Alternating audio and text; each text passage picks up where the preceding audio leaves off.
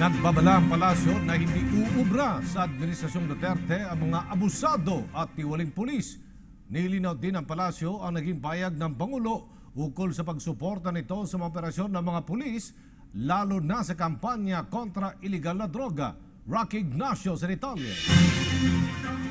Nanindigan ng Malacanang na hindi pahihintulutan ni Pangulong Rodrigo Duterte ang mga abusado at tiwaling pulis. Sinabi ni Presidential Spokesperson Ernesto Abella na mahigpit ang babala ng Pangulo sa mga abusado at tiwaling kagawad ng Philippine National Police.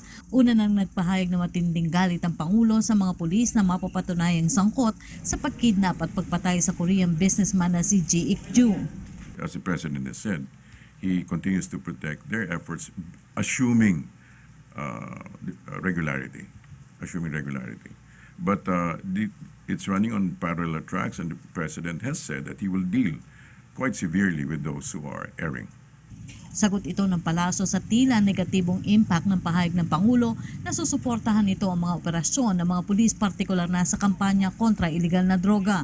Pero ilan ang nabahala dahil sa video na ipinakita ni Senator Panfilo Lacson na manoy pagtatanim ng mga pulis ng iligal na droga sa mga lugar na ni-raid noong October 2016. Paliwanag ni Abella, malinaw ang pahayag ng Pangulo na gawin ng mga pulis ang kanilang mga tungkulin at hindi ang masangkot sa mga anomalya. Git pa ni Abella, bukod sa due process, prioridad ng Pangulo ang kapakanan ng maraming Pilipino at determinado itong matamo ang tahimik at ligtas na kapaligiran. No, let's put it this way. The President has declared that he is definitely will back up police operations.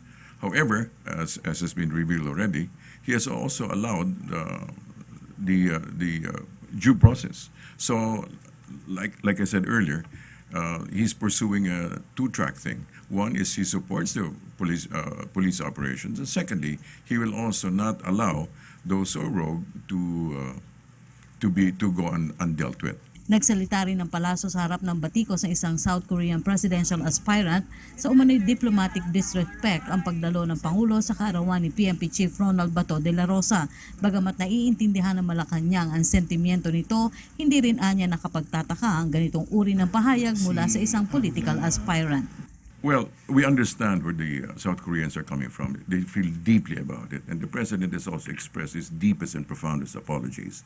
However, also, let us be cognizant of the fact that it's also being spoken by a political hopeful. So it may be nuanced by some. Para sa PTV News, Rocky Ignacio.